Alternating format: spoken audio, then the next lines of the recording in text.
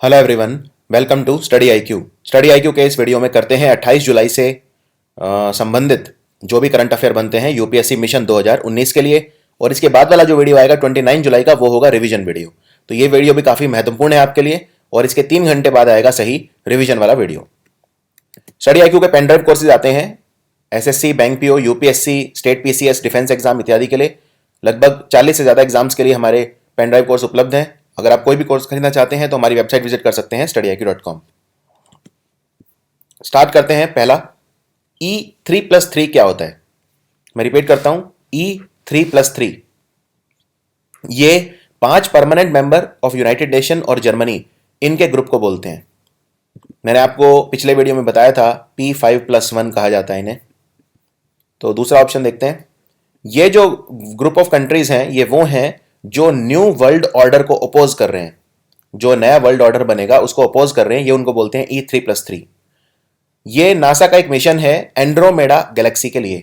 Andromeda milky वे के सबसे नजदीक गैलेक्सी है, वहां पे नासा का मिशन है, उसको बोलते हैं E3+3। और ये चौथा ऑप्शन, जो WTO के 3 रीजनल हेड हैं और 3 ऑब्जर्वर कंट्री किसी एक साल के लिए, उनको 3+3 कहा जाता है। तो इसका आंसर है फर्स्ट।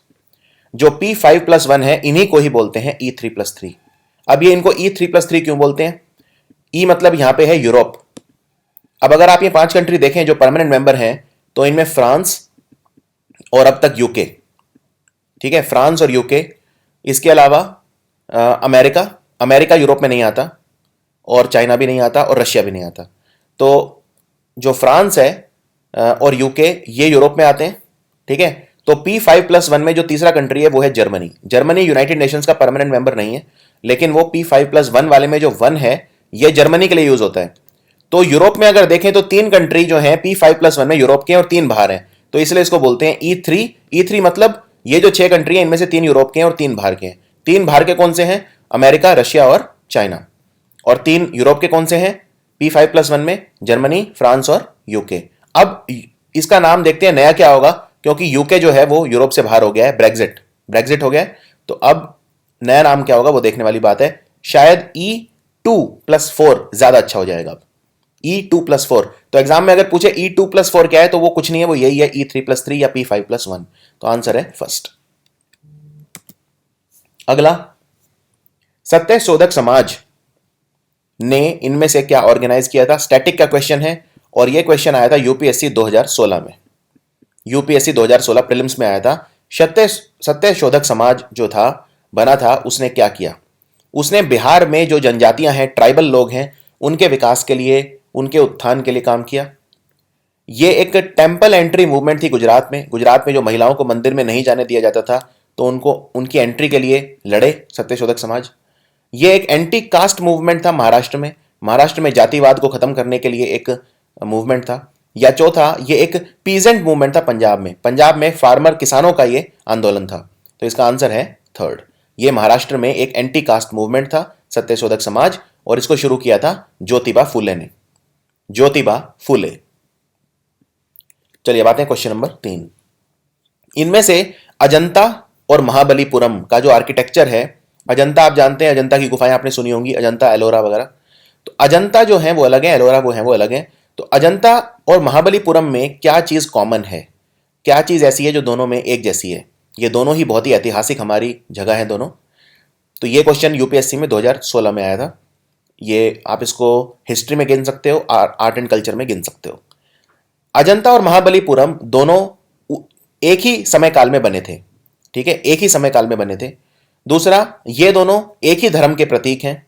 और तीसरा, दोनों में रॉक कट आर्किटेक्चर है, रॉक कट मॉन्यूमेंट्स हैं दोनों। तो सबसे पहला जो है वो गलत है। दोनों अलग अलग समय काल में थे, बने थे, बहुत फर्क था दोनों में। दूसरा, जो एक ही धर्म का प्रतीक है, नहीं, अजंता है बुद्ध धर्म का प्रतीक और महाबलीपुरम के मंदिर हिंदू धर्म के हैं, तो ये भी गलत है। और तीसरा, ये रॉक कट मॉन्यूमेंट है। रॉक कट मतलब ये होता है, एक बहुत बड़ी चट्टान ले ली जाती है और उसको खुरेद खुरेद के जो मूर्तियां वगैरह हैं वो बनाई जाती हैं। तो कई बार सिंगल रॉक कट आर्किटेक्चर भी होता है, जिसमें पूरी बिल्डिंग सिर्फ एक ही चट्टान की बनती है, और कई बार मल्टी रॉक्स भी यूज होते हैं। तो रॉक कट मॉन्यूमेंट मतलब जो चट्टानों को चीजल कर करके, उनको घिस घिस के, उनमें से जो चीज रिक्वायर्ड नहीं है उसको हटा के और फिर बनाई जाती हैं, उनको बोलते हैं रॉक कट मॉन्यूमेंट। तो यस, ये ठीक है कि दोनों ही रॉक कट मॉन्यूमेंट है। तो इसका आंसर है only C is correct. B गलत है क्योंकि अजंता बुद्ध धर्म के हैं और महाबलीपुरम हिंदू धर्म के हैं। और पहले वाला गलत क्यों है? क्योंकि अजंता जो बना था, अजंता की गुफाएं जो बनी थी, अजंता आर्किटेक्चर है 200 बीसी से लेके 650 एडी। 200 बीसी से 650 एडी ये वो समय है जब वाकाटक जो रूलर थे उनका राज था।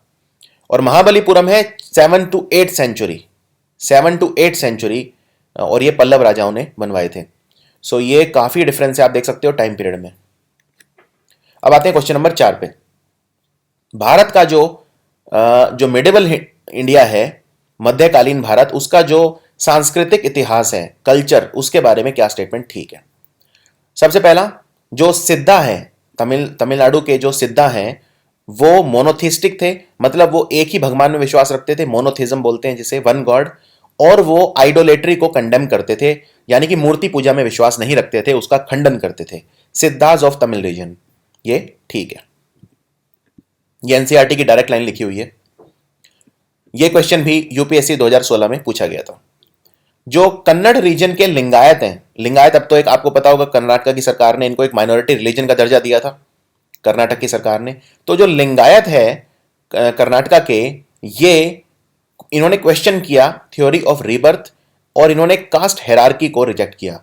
कास्ट हेरारकी मतलब होता है जैसे जो ब्राह्मण जो थे वो बहुत सुपेरियर थे समाज में, ये सब चीजें क्वेश्चन की उन्होंने और इस पे अंकुश लगाने का प्रयत्न किया। और जो पुनर्जन्म की जो थ्योरी है उसको भी क्वेश्चन किया, उसको नकारा। ये भी ठीक है, दोनों ही ठीक है, इसमें आंसर है बोथ 1 and 2।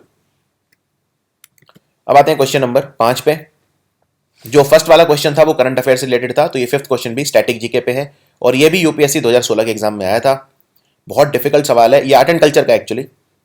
इनमें से कौन सी किताब है जो हमारा एंशिएंट इंडिया है उसकी, जिसमें एक लव स्टोरी के बारे में बताया है, सुंगा डायनेस्टी के जो फाउंडर थे उनके बेटे की लव स्टोरी का वर्णन है? तो इनमें से कौन सी किताब है? स्वप्न वासवदत्त, मालविका अग्निमित्र, मेघदूत या रत्नावली? अब सुंगा डायनेस्टी के जो फाउंडर थे वो थे पुष्यमित्र सुंगा, ठीक है, पुष्यमित्र सुंगा। इनके बेटे थे अग्निमित्र सुंगा, और अग्निमित्र सुंगा की जो लव स्टोरी है उसका जिक्र है, बी ऑप्शन आंसर है, मालविका अग्निर्नित्रा। और जो बाकी 3 ऑप्शन है वो क्या है? तो स्वप्न वासवदत्त जो है ये एक संस्कृत में लिखा हुआ प्ले है, इसको लिखा था भासा ने, और इसमें रोमांस जो है वत्स के राजा उदयन और रानी अवंती की जो रानी है वासवदत्त, उनका इसमें जो रोमांस है वो वर्णन किया है। मेघदूत लिखी थी कालिदास ने, जो संस्कृत के विद्वान थे, ये कविता है। मेघदूत में क्या बताया है कि कैसे एक राजा जो मेघ मतलब बादल को अपना वाहन बना के एक अपना संदेश भेजता है, यानी जो मेघ है उसको दूत की तरह इस्तेमाल करता है अपनी रानी को, अपनी जो वाइफ है उन्हें, एक जाते हुए वहां के बादल को। तो काफी रोमांटिक पोयम है ये मेघदूत। और रत्नावली क्या है? ये एक ड्रामा है, रत्नावली रानी और राजा उदयन के बीच में जो ड्रामा है, उनका रोमांस बताया है रत्नावली। तो ये 3 किताबें इसमें जो दी हैं ऑप्शन वो हैं, तो इसका आंसर है मालविका अग्निर्नित्रा। चलिए अब आते हैं क्वेश्चन नंबर 6 पे। ये जो क्वेश्चन है ये है एनसीईआरटी से, और ये भी यूपीएससी का पुराने एग्जाम का क्वेश्चन है, शायद 2015 का है शायद ये। इनमें से कौन सा पेयर है जो सही मैच किया हुआ है? लेफ्ट में दिए आपको एक फेमस प्लेस और राइट में दिया है आपको एक रीजन, ठीक है। सबसे पहला बोधगया। बोधगया पड़ता है बागेलखंड में, नहीं, बोधगया बिहार में है और इसका एरिया बागेलखंड में नहीं आता। बागेलखंड में मेनली जो ये एरिया है सोनभद्र, इलाहाबाद और ये जो मिर्जापुर वाला जो एरिया है, जो दक्षिण पूर्वी उत्तर प्रदेश वाला जो एरिया है और उसके सराउंडिंग एरिया है, वो आता है बागेलखंड में। पहले वाला गलत है। खजुराहो आता है बुंदेलखंड में। बुंदेलखंड जो एरिया है इसमें मध्य प्रदेश और उत्तर प्रदेश मिलते हैं। उत्तर प्रदेश का दक्षिणी थोड़ा सा पश्चिम की तरफ का जो एरिया है वो, और मध्य प्रदेश का जो नॉर्थ वेस्ट एरिया है। तो खजुराहो के जो वो मंदिर हैं, खजुराहो जो है ये वर्ल्ड हेरिटेज साइट भी है, और ये बुंदेलखंड जो मध्य प्रदेश वाला एरिया उसमें पड़ता है। चंदेल वंशी राजाओं ने बनवाया था, ये बिल्कुल ठीक है। शिरडी पड़ता है विदर्भ में। शिरडी विदर्भ में नहीं आता, महाराष्ट्र में है, और विदर्भ भी महाराष्ट्र का हिस्सा है, लेकिन शिरडी उसमें नहीं आता। नासिक पड़ता है मालवा में। नहीं, ये गलत है। मालवा जो है मेनली उसमें मध्य प्रदेश का एरिया है। नासिक जो है वो महाराष्ट्र में है, ये भी गलत है। तिरुपति आता है रायलसीमा में, ये ठीक है। तिरुपति रायलसीमा में, तो इसमें सेकंड और फिफ्थ ठीक है, आंसर है 2 और 5 ओनली। तो आपको दिखा देता हूं मैं। रायलसीमा क्या है ये समझ लो, ये आंध्र प्रदेश का नक्शा है, ठीक है, ये आंध्र प्रदेश है। आंध्र प्रदेश का जो दक्षिण आंध्र प्रदेश है, जिसमें ये 4 डिस्ट्रिक्ट आते हैं, अनंतपुर, चित्तूर, कड़ापा और कुरनूल, तो ये वाला जो है सबसे दक्षिण में ये है चित्तूर डिस्ट्रिक्ट, तो तिरुपति पड़ता है चित्तूर में, तो ये रायलसीमा में आता है बिल्कुल। पूरे आंध्र प्रदेश में ये सबसे दक्षिण के जो 4 डिस्ट्रिक्ट हैं इन्हें बोलते हैं रायलसीमा, तो इसमें ये ठीक था वो। और ये जो है ये विदर्भ है। ये आप मैप देखो तो महाराष्ट्र का वो हिस्सा जो मध्य प्रदेश के पास है वो है विदर्भ, और इसमें 11 जिले हैं, 11 डिस्ट्रिक्ट्स हैं। अकोला, अमरावती, भंडारा, बुल्धाना, चंद्रपुर, गढ़चिरौली, गोंडिया, नागपुर, वारधा, वाशिम और यावतमल। तो इसमें आप देख सकते हो शिरडी कहीं पे भी नहीं है, तो ये आपको पता होना चाहिए। तो ये इसका आंसर हो गया 2 और 5 ओनली।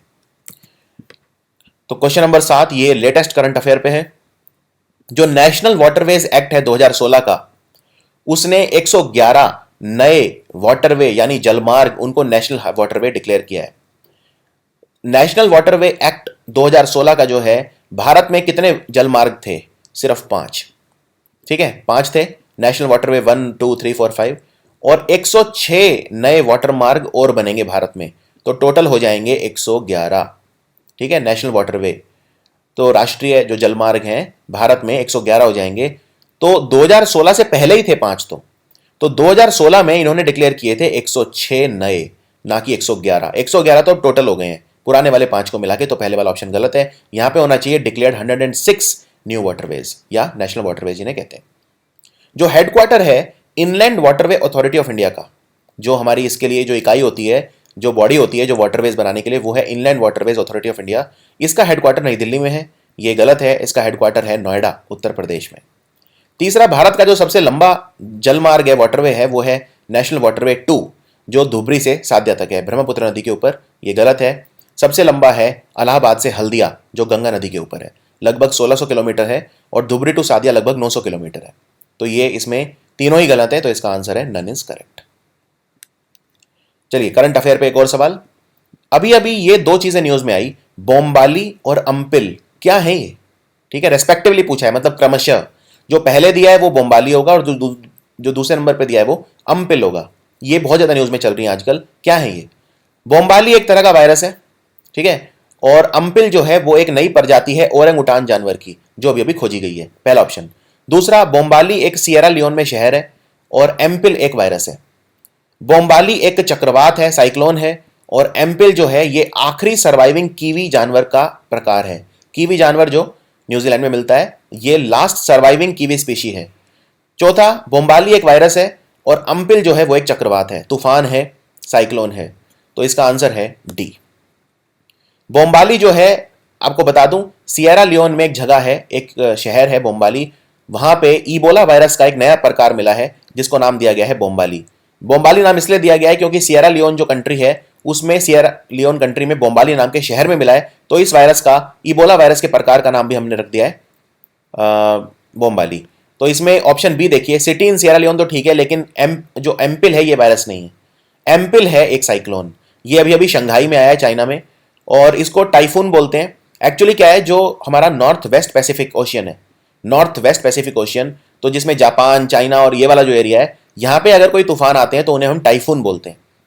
अमेरिका के आसपास मतलब जो अटलांटिक ओशियन है या जो नॉर्थ ईस्ट पैसिफिक ओशियन है, वहां पे अगर कुछ आ जाए तो हम उसे हरिकेन बोलते हैं, हरिकेन। और अगर इंडियन ओशियन में या साउथ पैसिफिक ओशियन में कोई तूफान आ जाए तो हम उसे साइक्लोन बोलते हैं। तो साइक्लोन कह लो, हरिकेन कह लो, टाइफून कह लो, बात एक ही है, सिर्फ डिपेंड करता है एरिया एरिया पे। चाइना जापान वाले एरिया में उसे हम टाइफून कहते हैं, ठीक है। अमेरिका वाले जो एरिया है उसमें हम उसे हरिकेन बोलते हैं, और भारत में हम उसे, यानी बंगाल की खाड़ी और हिंद महासागर, इंडियन ओशियन, अरब सागर, और जो दक्षिण पश्चिमी यानी दक्षिण प्रशांत महासागर है, साउथ पैसिफिक ओशियन, जो ये ऑस्ट्रेलिया और ये वाला जो एरिया है, यहाँ पे हम उसे बोलते हैं साइक्लोन। तो ये क्लियर है आपको? तो आंसर इसका हो गया डी। चलिए अब आते हैं क्वेश्चन नंबर 9 पे, करंट अफेयर। प्रधानमंत्री रिसर्च फेलो स्कीम के बारे में कौन सा स्टेटमेंट ठीक है? प्रधानमंत्री रिसर्च फेलो स्कीम, सबसे पहला, it is restricted only to graduates from IIT, IISc, IISCR, NIT और सेंट्रली फंडेड ट्रिपल आईटी। ये सिर्फ ये जो स्कीम है प्रधानमंत्री research fellow scheme, research fellow बोलते हैं जो डॉक्टोरल डिग्री ले रहा होता है, जो पीएचडी कर रहा होता है उसे बोलते हैं रिसर्च फेलो। तो ये सिर्फ उन ग्रेजुएट्स के लिए है जो आईआईटी से पढ़े हैं, आईआईएससी, आईआईएससीआर, एनआईटी या सेंट्रली फंडेड ट्रिपल आईटी, ये ठीक है। इस स्कीम में जो भी पीएचडी करना चाहता है उसे एक ग्रांट मिलता है हर महीने, जो 70,000 से 80,000 तक होता है पर मंथ, जो ये दिया जाता है जो पीएचडी परसू कर रहा है, स्कॉलर जो है उसे, रिसर्च स्कॉलर को। इसके अलावा 2 लाख रुपए साल का और मिलता है पीएचडी करने के लिए, ये भी ठीक है। इसका स्कोप अब वाइड कर दिया गया है। अब इसमें साइंस और टेक्नोलॉजी के जो बच्चे हैं किसी भी यूनिवर्सिटी के भारत में, वो भी एलिजिबल हैं अब इसके लिए। पहले जो आईआईटी, आईआईएससी वगैरह के लिए एलिजिबल था सिर्फ ये, अब इसमें किसी भी यूनिवर्सिटी के साइंस एंड टेक्नोलॉजी ग्रेजुएट्स जो हैं वो भी एलिजिबल हैं इस स्कीम के लिए, ये भी ठीक है। तो इसका आंसर है ऑल आर करेक्ट। ये इसमें नया बदलाव किया गया है, इसलिए काफ़ी न्यूज़ में चल रही थी। पहले ये सिर्फ इन जो टॉप इंस्टीट्यूट हैं इन्हीं के लिए थी, लेकिन अब इसमें भारत की किसी भी यूनिवर्सिटी का टेक्नोलॉजी ग्रेजुएट जो है वो आ सकता है। और इसमें 70,000 से 80,000 रुपये मिलता है। शुरू के 2 साल मिलता है 70,000, तीसरे साल मिलता है 75,000 और आखिरी के 2 साल मिलता है 80,000 पर मंथ।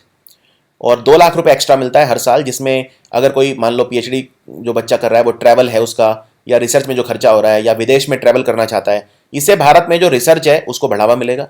और दूसरी बात, ये दूसरी यूनिवर्सिटीज़ के लिए क्यों शुरू करी है? क्योंकि टारगेट बहुत कम था। मतलब 1,000 लोगों का टारगेट था इनका पहले साल, कम से कम 1,000 लोगों को पीएचडी करवाएंगे, पर सिर्फ 120 या 130 लोग ही एलिजिबल हो पाए, क्योंकि इतने लोग नहीं है पीएचडी करने वाले, इतना रिसर्च नहीं है भारत में। अब ये सोच रहे हैं कि दूसरे यूनिवर्सिटीज़ के लोग आ जाएं तो हम अपना जो 1000 का टारगेट है उसको अचीव कर पाएंगे। तो इसका आंसर है ऑल आर करेक्ट। इनमें से कौन सा स्टेटमेंट ठीक है? लेटेस्ट करंट अफेयर है, वेस्टर्न डेडिकेटेड कॉरिडोर ये कनेक्ट करेगा दिल्ली को जवाहरलाल नेहरू पोर्ट ट्रस्ट से, जो महाराष्ट्र में जिसको बोलते हैं नाहवा शेवा। वेस्टर्न डेडिकेटेड कॉरिडोर, देखो आपने एक वो सुना होगा, हमारा रेलवे का जो प्लान है जिसको बोलते हैं नेशनल रेल प्लान 2030, भारत में कई सारे फ्रीट कॉरिडोर बनेंगे। फ्रीट मतलब जो मालगाड़ी ले जाने के लिए जो रास्ते हैं, पटरियां बिछाई जाएंगी, वो गलियारे बनेंगे, जिनको फ्रीट कॉरिडोर बोलते हैं। फ्रीट मतलब होता है सामान ले जाना एक जगह से दूसरी जगह। तो वेस्टर्न डेडिकेटेड कॉरिडोर बन रहा है एक, और एक ईस्टर्न डेडिकेटेड कॉरिडोर बन रहा है, ये पता होगा आपको। अब जो वेस्टर्न डेडिकेटेड कॉरिडोर है वो एक्सटेंड करेगा दिल्ली से जेएनपीटी तक, ये गलत है। वेस्टर्न डेडिकेटेड कॉरिडोर होगा दादरी से, DADRI, दादरी से जेएनपीटी तक। दूसरा, इसको फाइनेंस कर रहा है world bank, western dedicated corridor को, नहीं ये गलत है। इसको फाइनेंस कर रहा है जीका, जापान जो कोऑपरेटिव एजेंसी है, Japan international cooperative agency, Zika बोलते हैं, तो जापान फाइनेंस कर रहा है। और वर्ल्ड बैंक फाइनेंस कर रहा है ईस्टर्न डेडिकेटेड कॉरिडोर को, वेस्टर्न को नहीं। तो इसमें वेस्टर्न बोला है तो इसको वर्ल्ड बैंक नहीं कर रहा है, बी गलत है। जो ईस्टर्न और वेस्टर्न डेडिकेटेड कॉरिडोर है वो आपस में मिलेंगे दादरी में, ये ठीक है। तो इसका आंसर है ओनली सी इज करेक्ट। आपको मैप दिखा देता हूं, आप एकदम समझ जाओगे। ये देखो, ये है दादरी, ठीक है, ये दादरी है। तो दादरी से जवाहरलाल नेहरू पोर्ट ट्रस्ट तक ये है वेस्टर्न कॉरिडोर, इसकी लंबाई है 1500 किलोमीटर, और ये क्रॉस ऐसे करेगा। तो पहले जवाहरलाल नेहरू पोर्ट ट्रस्ट से ये गुजरात में एंटर करेगा, फिर वहाँ पे वडोदरा, ये सूरत, वडोदरा, अहमदाबाद, फिर ये गुजरात में पालनपुर क्रॉस करते हुए फिर राजस्थान घुसेगा, मारवाड़, अजमेर, फुलेरा, रेवाड़ी हरियाणा में है, और फिर दादरी। ये क्लियर है आपको? और फिर दादरी। अब इसमें ये समझो ये पालनपुर है, पालमपुर नहीं है। पालमपुर हिमाचल प्रदेश में एक डिस्ट्रिक्ट है पालमपुर, ये है पालनपुर, पालनपुर गुजरात में। तो ये कंफ्यूजन में नहीं होनी चाहिए, कहीं ऑप्शन में आपको कंफ्यूज करने के लिए पालमपुर दे दें। और ये जो लाल रंग वाला है ये है ईस्टर्न फ्रीट कॉरिडोर, ठीक है। और ईस्टर्न फ्रीट कॉरिडोर के लिए पैसा दे रहा है वर्ल्ड बैंक। ये भी काफ़ी लंबा कॉरिडोर है, 1839 किलोमीटर का है ये। तो इसमें एक ऑप्शन में ये भी बना सकता था कि वेस्टर्न कॉरिडोर जो है वो ज़्यादा लंबा है, तो वो गलत हो जाता। ईस्टर्न कॉरिडोर ज़्यादा लंबा है, 1839 किलोमीटर का है, और ये दोनों मीट करेंगे दादरी में। और फिर ये आगे निकल जाएगा मेरठ, सहारनपुर, अंबाला से होते हुए लुधियाना तक जाएगा। तो I hope this is clear. तो ये जो है लुधियाना तक जाएगा, और ये दोनों मिलेंगे दादरी में।